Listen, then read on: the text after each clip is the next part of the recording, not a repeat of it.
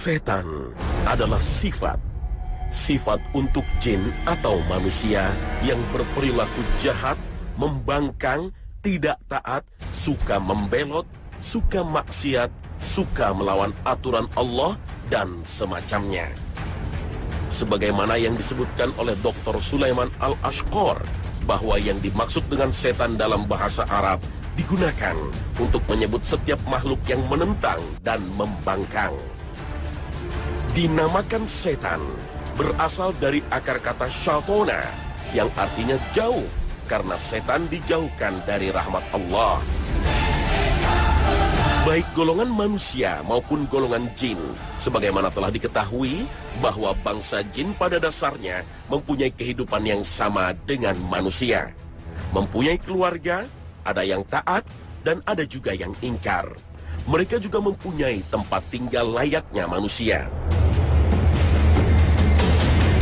Sesuai sifat dan karakternya, setan cenderung menyukai tempat-tempat yang kotor dan najis, tempat yang sepi, kuburan, pepohonan besar, lubang pembuangan air, tempat atau bangunan yang kosong, kamar mandi, tempat sampah, lautan, dan kandang binatang. Setan juga menyukai kamar-kamar di rumah yang dihuni oleh manusia. Dalam kitab Sahih Muslim yang diriwayatkan oleh Jabir bin Abdullah, bahwa Rasulullah SAW pernah bersabda, kamar pertama untuk laki-laki, kamar kedua untuk istrinya, kamar ketiga untuk tamu, dan kamar keempat untuk setan. Maksud hadis ini adalah apabila ada kamar kosong yang lama tidak diisi, maka setan akan menempatinya. Dan kamar-kamar yang kosong ini bagaikan magnet, mengundang setan untuk ditempati sebagai tempat tinggalnya. Rasulullah SAW bersabda dalam sebuah hadis yang bersumber dari sahabat Abu Hurairah, apabila salah seorang di antara kalian bangun dari tempat tidurnya, lalu kembali lagi, maka hendaknya dia membersihkannya dengan mengibaskan ujung sarungnya 3 kali. Sebab dia tidak tahu apa yang terjadi padanya sesudah dia tinggalkan. Dan kalau dia berbaring, hendaknya dia membaca doa.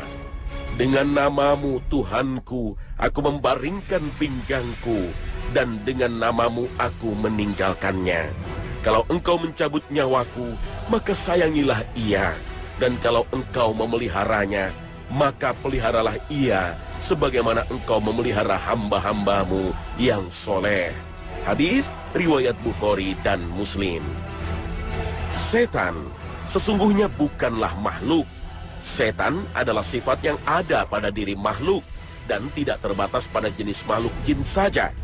Manusia pun bisa dikategorikan sebagai setan apabila berperilaku sebagai setan. Seperti halnya perbuatan munafik, suka berkhianat, suka berbohong, dan perbuatan buruk lainnya. Setan berasal dari golongan jin dan dari golongan manusia yang mempunyai sifat dan kebiasaan jelek, seperti menghasut manusia agar keluar dari jalan yang lurus menuju kesesatan. Sebagaimana firman Allah Subhanahu wa Ta'ala, dan demikianlah kami jadikan bagi tiap-tiap nabi itu musuh, yaitu setan-setan dari jenis manusia dan dari jenis jin. Sebahagian mereka membisikkan kepada sebahagian yang lain perkataan-perkataan yang indah-indah untuk menipu manusia.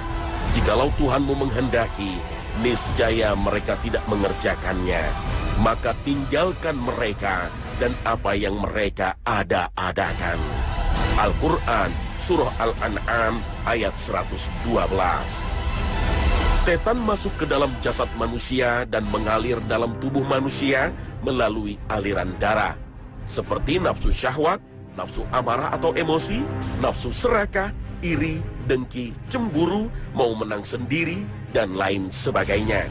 Sebagaimana sabda Rasulullah SAW, sesungguhnya syaitan itu mengalir dari tubuh manusia melalui jalan darah.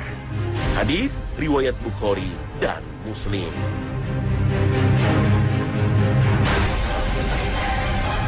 Assalamualaikum warahmatullahi wabarakatuh. Selamat pagi pemirsa Trans 7. Khazanah Ensiklopedia Islam Dunia pagi ini kembali hadir ke hadapan Anda untuk berbagi pengetahuan dan saling menasehati dalam kebajikan. Namun sungguh sayang, tanpa rasa syukur, manusia yang sudah dibekali Allah dengan segala kesempurnaan, masih saja ada yang membangkang terhadap aturan Allah Jalla Jalaluh.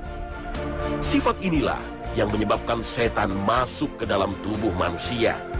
Ya, setan mengalir dalam tubuh manusia untuk mempengaruhi manusia supaya berbuat zalim dan aniaya. Ketahuilah bahwa setan bisa masuk ke dalam tubuh manusia melalui aliran darahnya dan menggiring manusia untuk mengerjakan perbuatan dosa.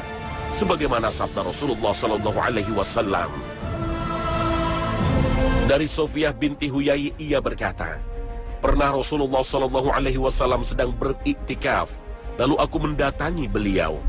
Aku mengunjunginya di malam hari. Aku pun bercakap-cakap dengannya. Kemudian aku ingin pulang dan beliau berdiri lalu mengantarku. Kala itu rumah Sofiyah di tempat Usama bin Zaid. Tiba-tiba ada dua orang Ansor lewat. Ketika keduanya melihat Rasulullah SAW, mereka mempercepat langkah kakinya. Nabi SAW lantas mengatakan, pelan-pelanlah, sesungguhnya wanita itu adalah Sofiyah binti Huyai. Keduanya berkata, Subhanallah, wahai Rasulullah. Rasulullah SAW bersabda, sesungguhnya setan menyusup dalam diri manusia melalui aliran darah. Aku khawatir sekiranya setan itu menyusupkan kejelekan dalam hati kalian berdua. Hadis riwayat Bukhari dan Muslim. Maksud dari hadis Rasul bahwa sebenarnya pada aliran darah ada aliran setan yang menyertainya. Karena setan bisa masuk dan bersatu dengan manusia melewati aliran darahnya. Jika aliran darah itu menuju otak, maka setan juga bisa mengikuti aliran darah ke otak. Akibatnya, setan dan tentaranya akan mempengaruhi kinerja otak. Demikian juga jika aliran darah menuju ke jantung sebagai pompa utama, maka setan juga akan mengikuti alirannya ke jantung dan mempengaruhi kinerja jantung. Juga aliran darah ke seluruh tubuh kita. Artinya, setan bisa mengalir ke seluruh tubuh kita dan pada kondisi tertentu mampu menguasainya tanpa kita sadari. Jika sifat setan yang mendominasi sifat kita, maka tidak mungkin setan dari golongan jin akan mudah memasuki raga kita. Disinilah ketika pintu jin untuk memasuki tubuh manusia dan menambah sifat setan dalam diri kita. Na'udzubillah. Jika setan sudah menguasai seluruh sistem peredaran darah di tubuh kita, maka selanjutnya mereka akan menguasai sistem syaraf kita. Dan pada akhirnya kita akan dikendalikan oleh mereka.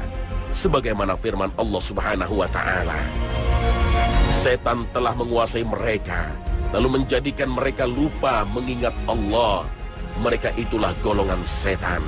Ketahuilah bahwa sesungguhnya golongan setan itulah golongan yang merugi. Al-Quran Surah Al-Mujadalah ayat 19. Maka sangat dianjurkan bagi setiap umat Islam sebelum memulai beraktivitas kita mengucapkan ta'awuz atau perlindungan kepada Allah Subhanahu wa Ta'ala supaya dijaga dari gangguan dan godaan setan yang terkutuk. Rasulullah SAW pernah mengajarkan sebuah doa agar kita terbebas dari godaan dan rongrongan setan. A'udzu biijatillahi wa qudratihi min syarri ma ajidu wa uhadiru. Aku berlindung dengan keagungan dan kekuasaan Allah dari keburukan yang aku temui dan aku khawatirkan menimpaku. Hadis riwayat Muslim. Rumah merupakan salah satu di antara karunia Allah Azza wa Jalla. Rumah sejatinya bukan hanya dibuat agar manusia terlindung dari segala cuaca, teriknya matahari, dinginnya angin dingin, serta hujan badai. Namun, rumah juga sepatutnya melindungi dari panasnya api neraka. Bagaimana bisa? Mari kita lihat, masih banyak umat Islam membangun rumah dengan menghabiskan miliaran rupiah, dengan harapan rumah yang akan ditempatinya itu mendapatkan kenyamanan layaknya di sebuah hotel. Bahkan lebih nyaman daripada hotel. Misalnya saja untuk keamanan, rumah dijaga ketat dengan beberapa satpam, lengkap dengan anjing penjaga yang sangat besar. Dan untuk kenyamanan, diantaranya dengan memasang berbagai hiasan lukisan mewah di dinding. Padahal dalam Islam justru dua hal seperti anjing dan lukisan makhluk sangat dilarang. Sebagaimana sebuah hadis yang disabdakan oleh Rasulullah Sallallahu Alaihi Wasallam. Sesungguhnya malaikat tidak masuk ke dalam rumah yang di dalamnya terdapat anjing dan gambar. Hadis riwayat Al-Bukhari dan Muslim. Bila malaikat saja sudah tidak mau masuk, maka penggantinya bisa jadi setan dari golongan jin yang akan menyambanginya. Ada juga rumah mewah yang dijadikan sebagai tempat kemaksiatan. Pesta anak muda dengan minuman beralkohol, bir, dan perempuan bebas di sana-sini. Jika ada rumah seperti ini, maka setan sangat suka untuk tinggal di rumah tersebut. Inilah perbuatan yang sangat jelas bisa membuat manusia lupa dari berzikir dan beribadah kepada Allah. Lupa sholat, lupa ibadah, dan lupa bahwa jin setan sudah di sampingnya.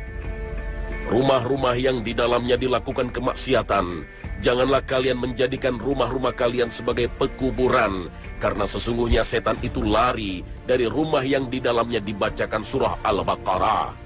Hadis riwayat Muslim, Ahmad, Tirmizi, dan selainnya. Bahkan untuk urusan kamar mandi saja, hati-hati. Jin setan suka sekali bersemayam di sini. Banyak di antara manusia yang mendesain kamar mandi dengan interior yang menarik. Ada juga yang memasukkan unsur alam seperti bebatuan dan tanaman hidup, baik dengan konsep yang minimalis sampai dengan tampilan yang mewah. Tujuannya hanya satu, supaya betah dan nyaman di kamar mandi. Pertanyaannya, mau berapa lama di dalam kamar mandi? Padahal kalau kita sadari bahwa sebenarnya tempat buang air kecil dan buang air besar adalah salah satu tempat tinggalnya setan. Apakah kita mau berlama-lama dalam kamar mandi dengan jin setan yang menemani? Belum lagi bila kita lupa memperhatikan adab dan tata cara ketika akan masuk ke kamar mandi. Bahkan banyak di antara manusia masuk ke kamar mandi asal masuk tanpa adab kaki kiri dan membaca doa terlebih dahulu. Inilah Islam yang sangat detail memperhatikan kehidupan umatnya. Sebagaimana Rasulullah mengajarkan sebuah doa untuk masuk dan keluar kamar mandi. Sesungguhnya tempat-tempat buang hajat ini dihadiri oleh para setan. Maka jika salah seorang dari kalian masuk kamar mandi atau WC, ucapkanlah, Allahumma inni a'udzubika minal khubuthi wal khabaithi. Dengan menyebut nama Allah, ya Allah, sesungguhnya aku berlindung kepadamu dari setan laki-laki dan setan perempuan. Hadis riwayat Ahmad dan Ibnu Majah. Sedangkan doa yang diajarkan Rasulullah SAW ketika keluar dari WC adalah Ghufranaka, aku mohon ampunanmu ya Allah. Dalam hadis lain, Rasulullah SAW menceritakan tentang iblis yang meminta kepada Allah untuk diberikan tempat tinggal, sebagaimana Allah menjadikan bumi sebagai tempat tinggal anak cucu Adam. Ya Allah, Engkau beri tempat tinggal di bumi bagi Adam dan keturunannya, maka berilah aku tempat-tempat juga. Kata iblis. Allah Subhanahu wa Ta'ala berfirman, tempat tinggalmu adalah kamar mandi, WC, jamban. Hadis riwayat Bukhari. Maka jangan heran kalau setan menggoda manusia supaya berlama-lama di kamar mandi untuk menjadi temannya. Banyak godaan jin setan bagi manusia untuk berlama-lama di dalam kamar mandi, seperti dengan cara bernyanyi, menerima panggilan telepon, atau bekerja dan aktivitas internet di kamar mandi. Semuanya agar manusia betah bertamu di rumah setan. Kalau ada yang mengatakan bahwa ide brilian sering datang saat berada di kamar mandi, setan pasti bersorak. Ini berarti ia berhasil meyakinkan manusia tersebut bahwa kamar mandi adalah tempat terbaik dan mencerahkan. Setan juga kadang tinggal di tempat atau rumah kosong yang sudah lama tidak ditempati oleh manusia. Sebagaimana sabda Rasulullah SAW. Diriwayatkan oleh Al-Bukhari dalam Al-Adab Al-Mufrad dari Thauban radhiyallahu anhu berkata, Rasulullah SAW berkata kepadaku, janganlah kamu tinggal di tempat yang jauh dari pemukiman, karena tinggal di tempat yang jauh dari pemukiman itu seperti tinggal di kuburan. Kita sering mendengar kalau ada orang bertapa atau melakukan semedi yang baik adalah di dalam goa. Mereka berkeyakinan jika seseorang melakukan ritual ini, maka akan mendapatkan ketenangan dalam hidup. Kehidupannya akan menjadi lebih baik dari sebelumnya, dan hidupnya dijauhkan dari segala mara bahaya. Perbuatan seperti ini adalah sebuah bentuk perbuatan syirik. Sadar atau tidak perlu ke dalam gua untuk bersujud kepada Allah Jalla Jalaluh. Mereka tidak sadar bahwa jin-jin suka bersemayam dalam gua-gua yang gelap. Bisa jadi yang menghampiri mereka adalah golongan jin setan yang suka memberi janji akan ketenangan hidup selama mereka meminta bantuan kepada jin setan. Rasulullah SAW bersabda dalam sebuah hadis yang bersumber dari sahabat Ibnu Mas'ud.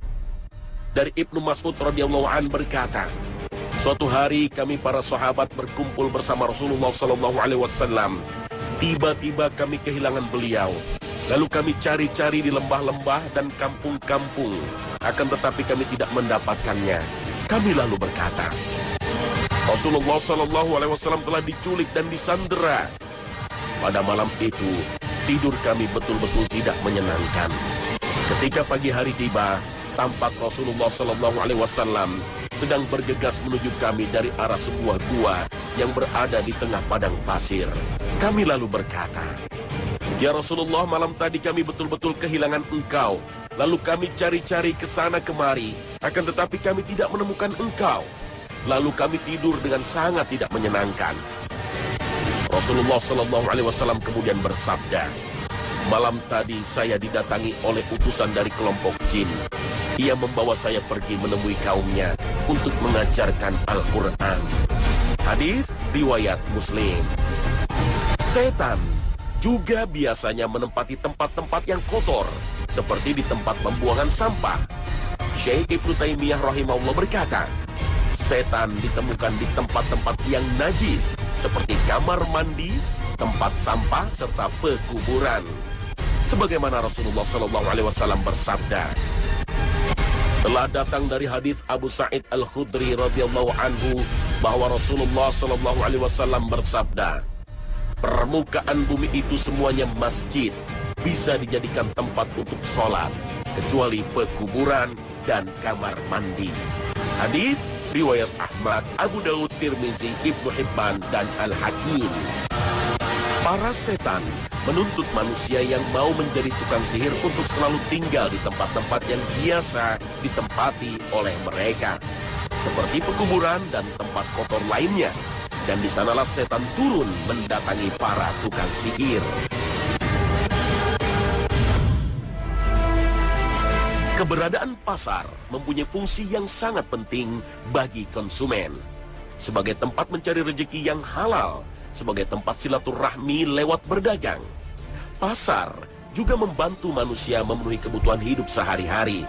Namun jangan salah, pasar adalah salah satu tempat favorit bagi tempat tinggal jin setan. Pasar yang tiap hari begitu ramai didatangi oleh manusia berbanding terbalik dengan masjid-masjid tempat ibadah dan sarana dunia akhirat. Masjid yang sudah biasa mengumandangkan azan 5 kali sehari cenderung sepi. Masjid hanya ramai ketika waktu sholat tiba, tepatnya ketika azan berkumandang. Sesekali ketika masjid diadakan kegiatan pengajian dan pelatihan ruqyah, di lain waktu tersebut masjid kembali sepi dari manusia. Bandingkan dengan pasar besar yang selalu ramai. Dalam ragam bentuk dan perkembangan zaman, pasar mempunyai ragam fisik. Pasar tradisional hanya aktif di pagi hari, sementara mal atau sebutan untuk pasar modern selalu aktif tak kurang dari 12 jam sehari. Padahal kalau kita tahu, tak peduli bersih dan canggihnya pasar, tetaplah ia sebagai tempat tinggalnya setan. Apa pasalnya? Rasulullah menjelaskan dari Salman radhiyallahu anhu yang diriwayatkan oleh Imam Muslim dan selainnya berkata, jangan sampai engkau jadi orang pertama yang masuk pasar bila engkau mampu, dan jangan pula menjadi orang paling terakhir yang keluar darinya pasar, lantaran pasar itu yaitu tempat peperangan para setan, serta di sanalah ditancapkan benderanya. Pasar tempat hawa nafsu dunia mengambil alih kesadaran manusia. Tempat pintu setan keluar masuk, berdansa di antara kesadaran manusia. Seringkali kita dibujuk untuk membeli barang yang bisa jadi tidak kita butuhkan. Etalase sederet sepatu sport jenis terbaru, tas kulit jutaan rupiah untuk wanita seolah memanggil. Belum lagi tawaran diskon yang menggoda. Disinilah tempat setiap orang bertransaksi, baik dari sisi tawar-menawar maupun sistem pembayaran yang dipakai. Yang dikuatkan lagi dalam hadis yang lain bahwa pasar juga adalah tempat yang dibenci oleh Allah Subhanahu wa Ta'ala. Tempat yang paling disukai oleh Allah adalah masjid, serta tempat yang paling dibenci oleh Allah adalah pasar. Hadis riwayat Imam Muslim. Itulah pasar yang menjadi tempat kesukaan jin setan. Tempat selain pasar adalah lautan dan celah di bukit, seperti yang Rasulullah jelaskan. Dalam hadis Jabir radhiyallahu anhu berkata, bersabda Rasulullah sallallahu alaihi wasallam, sesungguhnya iblis meletakkan singgasananya di atas lautan. Dalam riwayat lain, di atas air, dan kemudian dia pun mengutus pasukannya. Hadis riwayat Muslim. Adapun celah-celah yang ada di bukit sebagai tempat tinggal setan, hal ini berdasarkan sabda Rasulullah SAW. Janganlah salah seorang di antara kalian kencing di lubang. Mereka berkata kepada Qatadah, apa yang menyebabkan dibencinya kencing di lubang? Dia berkata, disebutkan bahwa itu adalah tempat tinggalnya jin. Hadis ini dikeluarkan oleh Ahmad, Abu Daud, An-Nasai, Al-Hakim, dan Al-Baihaqi. Allah Subhanahu wa Ta'ala memerintahkan kita agar senantiasa berlindung kepada Allah dari semua bentuk gangguan setan yang terkutuk. Adapun doa yang diajarkan langsung oleh Rasulullah agar kita terhindar dari godaan setan yang terkutuk adalah A'udzu bikalimatillahi tammati min syarri ma khalaq. Aku berlindung dengan kalimat-kalimat Allah yang sempurna dari kejahatan makhluk yang diciptakannya. Barang siapa membaca doa ini pada sore hari sebanyak 3 kali, tidak berbahaya baginya sengatan binatang berbisa pada malam itu. Hadis riwayat Ahmad, An-Nasai.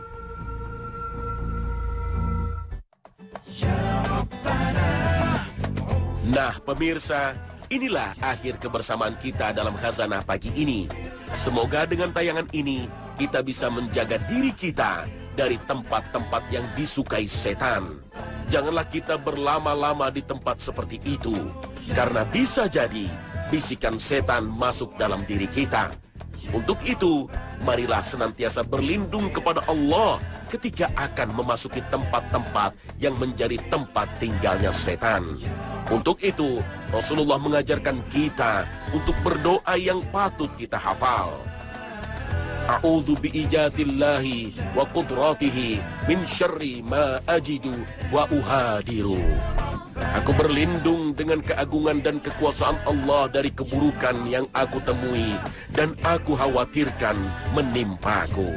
Hadis riwayat Muslim.